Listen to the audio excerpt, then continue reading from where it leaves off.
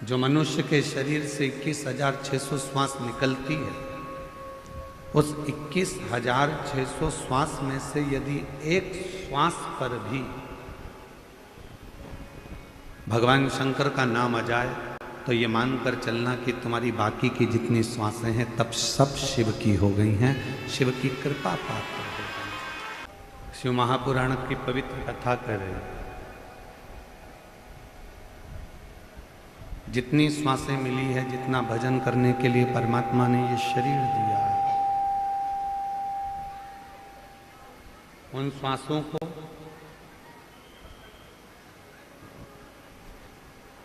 परमात्मा को देने का प्रयास करें।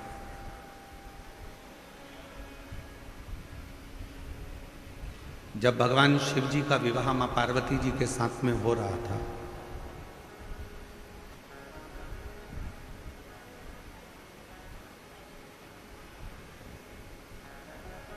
भगवान देवादित्य महादेव जब मां जगज्जननी जगदम्बा अम्बा पार्वती के साथ में विवाह कर रहे थे,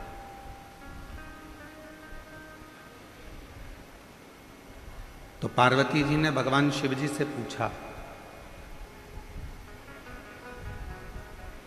आपके प्रथम में कितने सारे विवाह हुए हैं? कभी मैं उमा बनकर आई हूं, कभी मैं कात्यायनी बनकर आई हूं, कभी मैं कुष्मांडा बनकर आई हूं, कभी मैं स्कंदा बनकर आई हूं, कभी मैं महागौरी बनकर आई हूं, कभी मैं सती बनकर आई हूं, कभी मैं बगलामुखी बनकर आई हूं, तो कभी मैं धूमावती बनकर आई हूं, कभी मैं कमला बनकर आई हूं। ऐसे मेरे कितने कितने जन्म हो गए, और इतने सारे जन्म मेरे ऐसे ही निकल गए। इसके बाद में मेरा या अब जन्म मिला है हिमालय राज के घर में, मैं पार्वती बनकर जन्मी।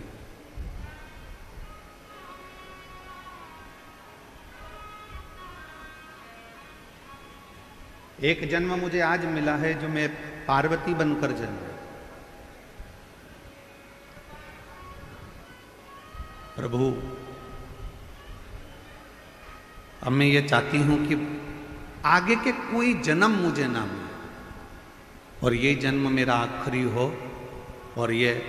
जन्म मेरा आपके साथ में रहे। मैं ना मरूं, ना फिर जन्म लूं, ना फिर मृत्यु के काल में जाऊं, और ना फिर मेरा कभी जन्म।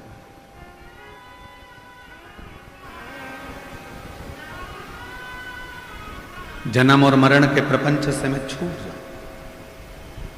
इसके बाद मेरा कोई दूसरा जन्म नहीं होना चाहिए। इसके बाद ये मेरा जो जन्म है, बस ये आखिरी है।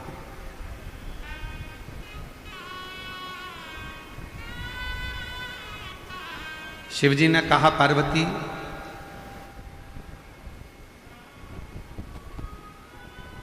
संसार में रहने वाला चाहे मनुष्य हो, देवलोक में रहने वाला चाहे देवता हो, गंधर्व लोक में रहने वाला चाहे गंधर्व हो, अप्सरा लोक में रहने वाली चाहे अप्सरा हो, नाग लोक में रहने वाली चाहे नाग हो, सर्प हो, जो भी है, यदि वो एक बार मेरा भजन कर लेते हैं और मेरा यदि उन्होंने स्मरण कर लिया, उनके मुख से नमः शिवाय, ओम नमः शिवाय निकल गया, उनके मुख से श्री शिवाय नमस्तुभ्यम निकल गया, यदि उन्होंने एक लोटा जल मुझे समर्पित कर दिया, तो शिवजी कहते हैं, पार्वती तुम क्या, देवता हो, गंधर्व हो, अप्सरा हो, सर्प हो, कोई भी हो, चाहे वो मनुष्य हो, शिवजी कहते हैं फिर उनका दूसरा जन्म नहीं होता, वो मेरे हो जाते हैं और सारे जन्म और मरण के प्रपंच से छूट जाते हैं। नागलक्ष्मी, शेषनाग जी की धर्म पत्नी नागलक्ष्मी, उनके मन में आया कि सब कुछ असुरों ने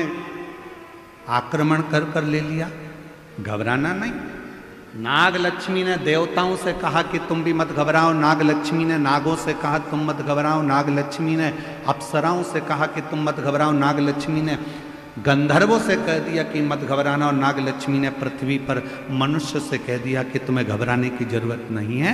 तुम एक काम करो, शिव की आराधना करो, शंकर की साधना। जो कोई नहीं दे सकता वो शिव दे सकता, जो कोई नहीं कर सकता वो शिव कर सकता। तुम्हारी जिंदगी का कितना भी कोई अड़चन वाला काम है, कितना भी अड़चन डला हुआ काम है, कितनी भी अड़चन आ रही हो उसमें, कितनी भी अड़चन, कितना भी अड़चन का काम क्यों ना हो, 5 दिन है तुम्हारे पास में, धनतेरस, रूप चौदस, दीपावली, पड़वा और दूज। क्यों हमारे सनातन धर्म में, क्यों हमारे हिंदू धर्म में दीपावली की इतनी महत्वता होती है, क्यों होती है?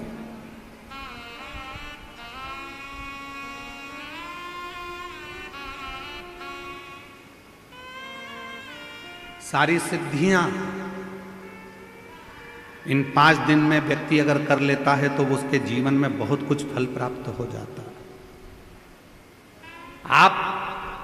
हम बहुत घंटों तक बैठकर साधना नहीं कर सकते, हम बहुत देर तक बैठकर तप नहीं कर सकते, हम बहुत लंबा यज्ञ नहीं कर सकते, हम बहुत लंबा अनुष्ठान नहीं कर सकते, पर यदि हमारे जीवन को हमें सफल बनाना है, हमारे जीवन को यदि हमें मंजिल तक पहुंचाना है, अड़चनों से बाहर निकलना है, तो ये 5 दिन जो दीपावली के कार्तिक महीने के मिले हैं, ये 5 दिन जो नाग लक्ष्मी ने सारे देवताओं से, सारे गंधर्वों से, सारी अप्सराओं से, सारे नागों से, सारे मनुष्यों से नाग लक्ष्मी ने जो करवाया वो तुम्हें करना। क्या करा था नाग लक्ष्मी ने? देख लिया था कि सारी सत्ता चली गई, वैभव चले गया, धन चले गया। जब बहुत अड़चन आकर खड़ी हो गई, असुरों ने आक्रमण कर कर सब कुछ ले लिया, कहीं राह नहीं मिल रही थी, तो नागलक्ष्मी ने कहा कि तप करने में बहुत समय हो जाएगा, साधना करने में बहुत समय हो जाएगा, यज्ञ करने में बहुत समय हो जाएगा, तो एक काम करो, शिव को अति प्रिय है बेलपत्र, एक बेलपत्र ले जाओ, शिव जी के शिवालय पर चढ़ाना प्रारंभ करो।